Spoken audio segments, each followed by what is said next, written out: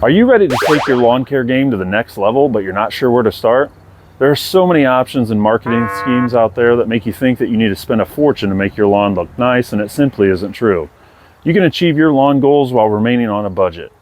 In this video, we're going to go over 5 tools that are essential in enhancing and maintaining your lawn, so stay tuned.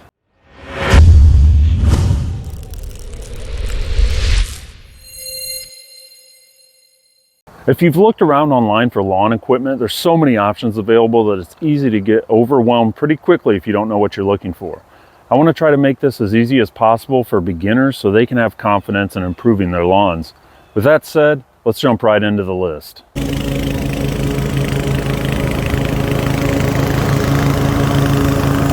There are so many options of mowers available on the market, from push mowers to riders, and everything ranging from gas powered to battery operated, and even remote controlled and robotic mowers. Here's a few things that I look for when I decide on a mower. First thing I consider is what my needs are. Now this is going to consist of knowing what size your lawn is. You'll want to measure it if you have a small lawn or a large lawn, what kind of terrain you have, what the limitations are in your lawn if you have big hills or dips. This is going to help you narrow down your search on selecting a mower. Secondly, you're going to want to develop a budget. What are you willing to spend on a mower without breaking the bank? Trust me, you can spend a lot of money on a lawnmower, but you don't have to. Don't overbuy compared to what needs you have identified in step 1. Now it's time to decide between gas, battery, or robotic.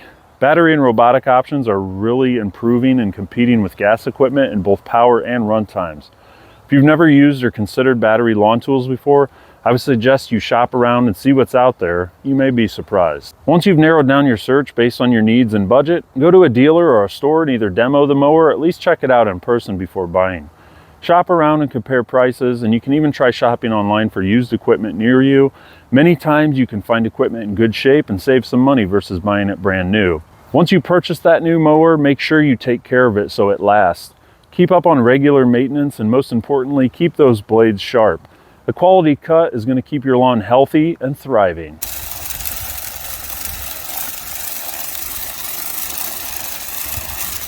Most people, especially those new to lawn care, start out with granular fertilizer to feed their lawns. If you're going to be applying several applications of granular products each season, skip that cheap Scott spreader in the aisle at Lowe's or Home Depot and get something that's better quality. Again, this is going to come down to your lawn size and budget, so do some research and shop around. Getting a spreader that works well and that you like to use will make the task of applying fertilizer enjoyable, which means it'll be more likely that you're going to do it.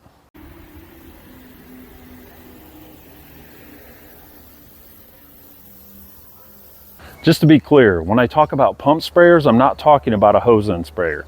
There are several liquid fertilizers and other products that can be applied with a hose end sprayer, but not everything can be applied through a hose end sprayer.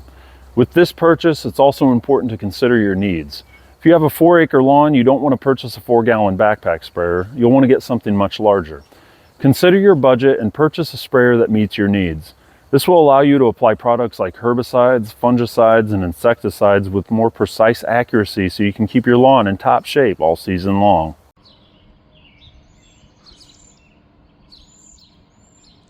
I lumped this into one category for the purposes of this video, but it's going to include things like trimmers, edgers, and blowers. If you really want to make your lawn look pristine, it's the little things like trimming, edging, and cleaning up with a blower that will get you there.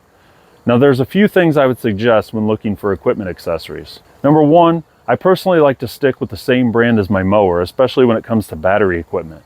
This is going to make it much easier to have extra batteries on hand to power your equipment and give you the option to save money when purchasing extra tools to buy by purchasing the bare tool only without the battery. Number 2, you need to also consider your needs. If you're going to be doing light trimming, you can opt for something with a little less power than if you're using it commercially every day. Again, narrowing down your needs and considering what equipment works best will go a long way in allowing you to purchase quality equipment that you'll love to use while also saving you money.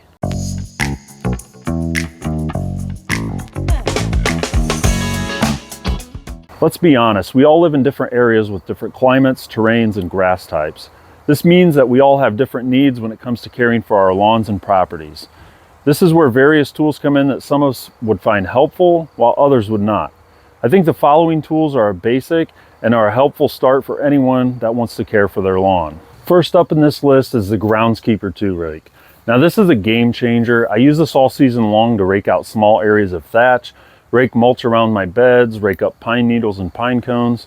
Really, the uses for this thing are almost endless. I've had this for several seasons now. It's still holding up. It's probably the one tool that I use all season the most of everything outside of my lawnmower.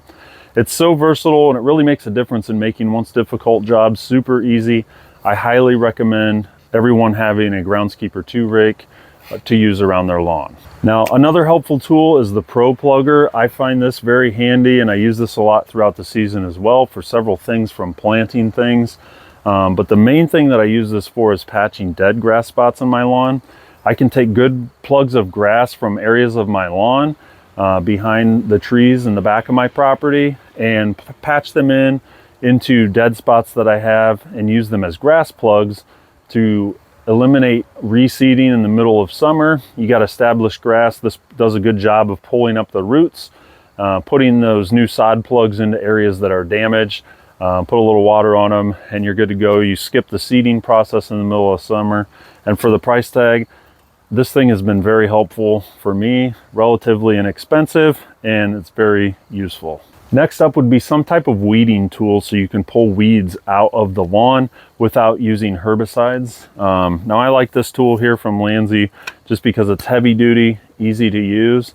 I don't use it all the time, but if I have weeds that pop up in the middle of the lawn throughout the season, this thing makes it very easy to just pluck those out without mixing up herbicide and spraying it and wasting herbicide or using unneeded herbicide on the lawn.